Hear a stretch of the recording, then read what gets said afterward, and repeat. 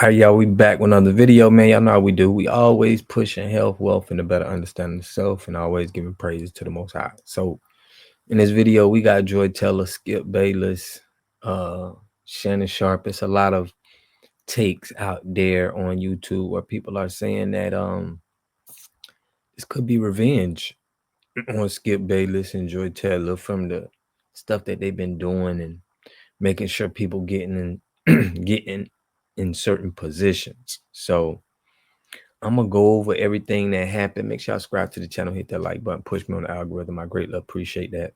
I'm gonna go over Clash of Sports. He go over everything about what happened, and then I'm gonna give my take on it. All right, let's get it. Excuse me. Two cities have glommed all the championships and players.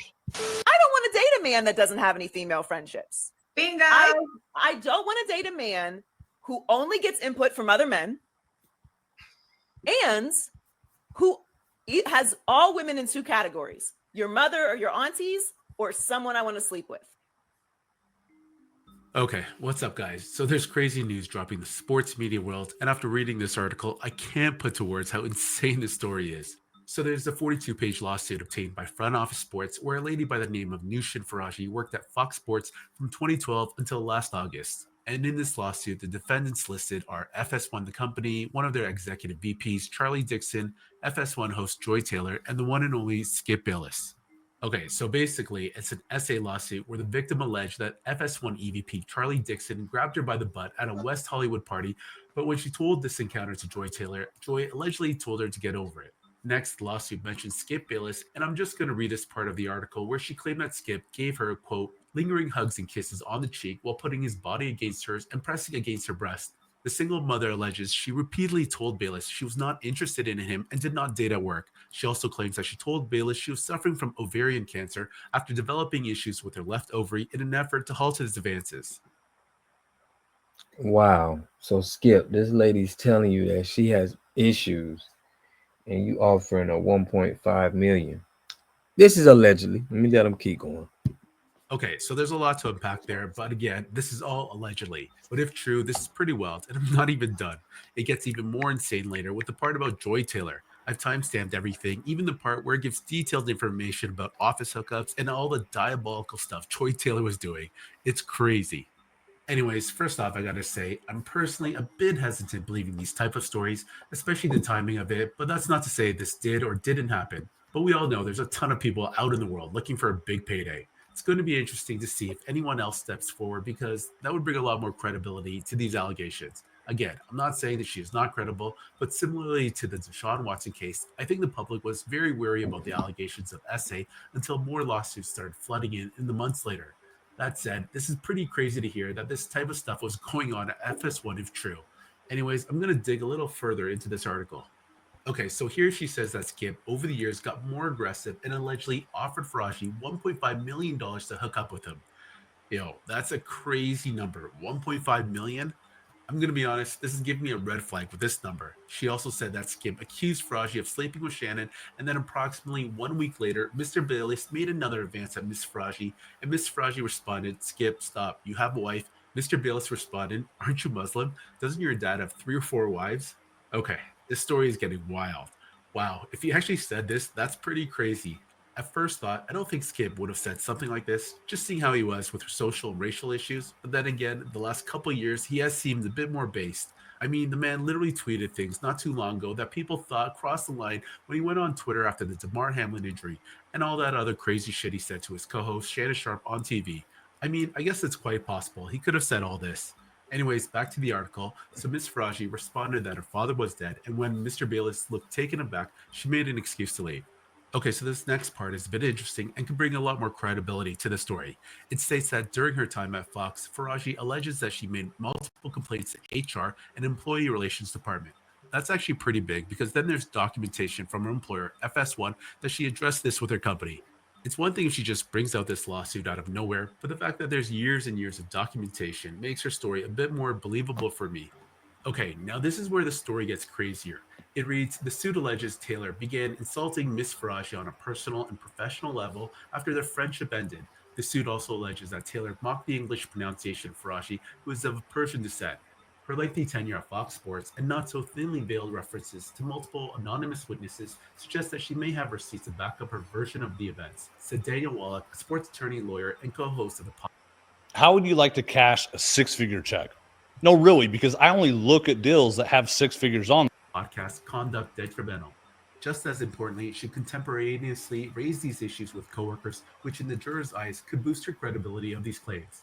Ms. Faraji brings forth this action because for over a decade at Fox, she was forced to endure misogynistic, racist, and ableistic workplace where executives and talents were allowed to physically and verbally abuse workers with impunity, the suit alleges. When Ms. Faraji and others came forward to report the wrongdoing, instead of addressing their concerns, Fox retaliated against them while the perpetrators and those who protected them were inexplicably promoted. This case thus represents yet another in a long line of cases chronicling the toxic work culture at Fox, marked by bad faith promises and repeated failures to address poisonous and entrenched patriarchy. Wow, that's a lot more to unpack. Basically, she's saying it was a toxic work environment for her, and it appears there are other employees who reported and corroborated her claims. Again, it's going to be interesting to see if anyone else comes forward publicly, though. I'm actually curious to hear what Marcellus Wiley has to say about this because he ain't at FS1 anymore and is privy to a lot of the information having worked there. And he just doesn't seem like the type that'll cover up for his former colleagues. So I did some more digging and I found the transcripts of the lawsuit. And this is pretty crazy stuff about Joy Taylor. I'm going to read the transcript word for word. In approximately March 2016, Ms. Faraji met Ms. Taylor, an aspiring sports personality that had recently moved from Miami to Los Angeles for the opportunity of airtime at Fox. At the time, Ms. Taylor did not have a regular position, but would fill in on a day-to-day basis when talent was sick or otherwise missed time. Ms. Taylor told Ms. Faraji that she recently wed, but her husband remained in Miami and that she was lonely in Los Angeles. Ms. Taylor then befriended Ms. Faraji. In approximately May 2016, Ms. Taylor asked Ms. Faraji to meet for a drink in Santa Monica. When Ms. Faraji arrived, she found Ms. Taylor with an older man, Fox Sports Executive President of Content, Mr. Dixon. As Executive VP, Mr. Dixon is responsible for overseeing all content production on FS1. Ms. Faraji, however, did not know Mr. Dixon. When Mr. Dixon went to buy them another round of spicy margaritas, Ms. Faraji asked who he was. Ms. Taylor responded that he was just a friend.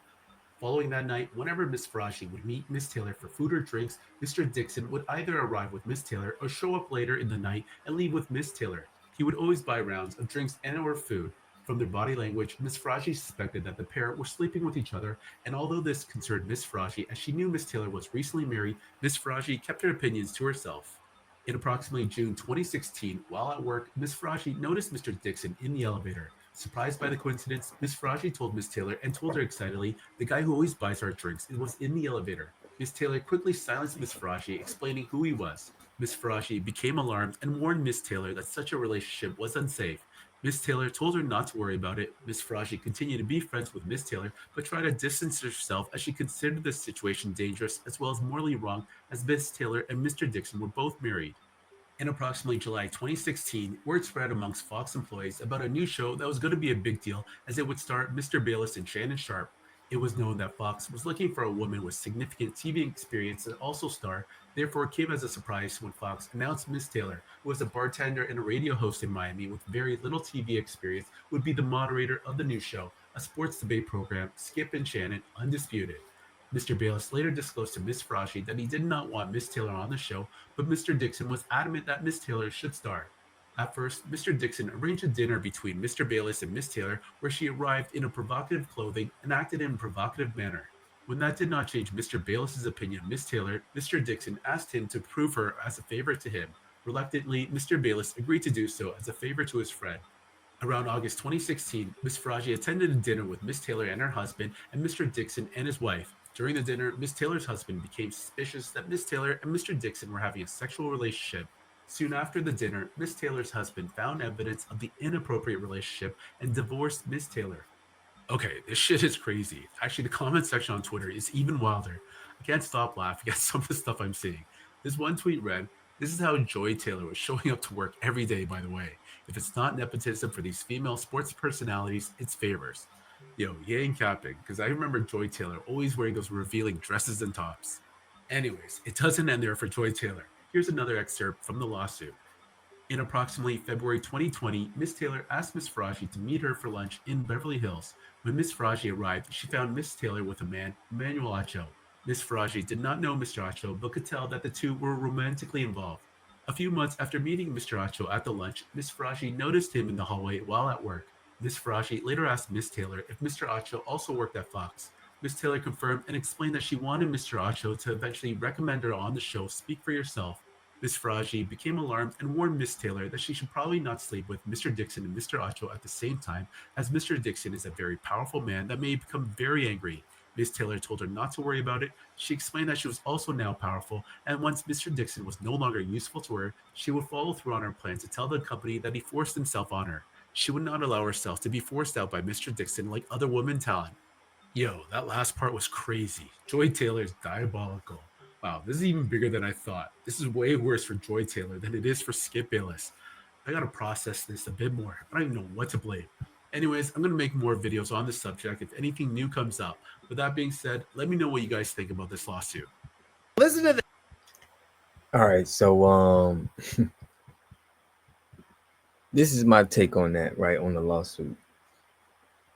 I think that this is all allegedly, but if it is true, I think that because Skip Bayless accused Faraji, the lady, of messing with Shannon Sharpe, that's where I feel like it could be a case that where this is get back for them. Because remember, Shannon Sharpe got done wrong at Fox, and she's been done wrong. So that would make me think, if it is true, that has something to do with it. You know, Shannon had problems with Fox, and she having problems with Fox, and now she's trying to get the bag out of them. We in today's time is lawsuits crazy. So that's the real situation that's going on. Like, how can you sue somebody and get a bag, especially from a big corporation? If you're working with a big corporation, you know, how could you sue them and make the big corporation pay? So that's in my opinion. But let me know what y'all think about this video, man. I'm gonna catch y'all in the next one. Peace and love.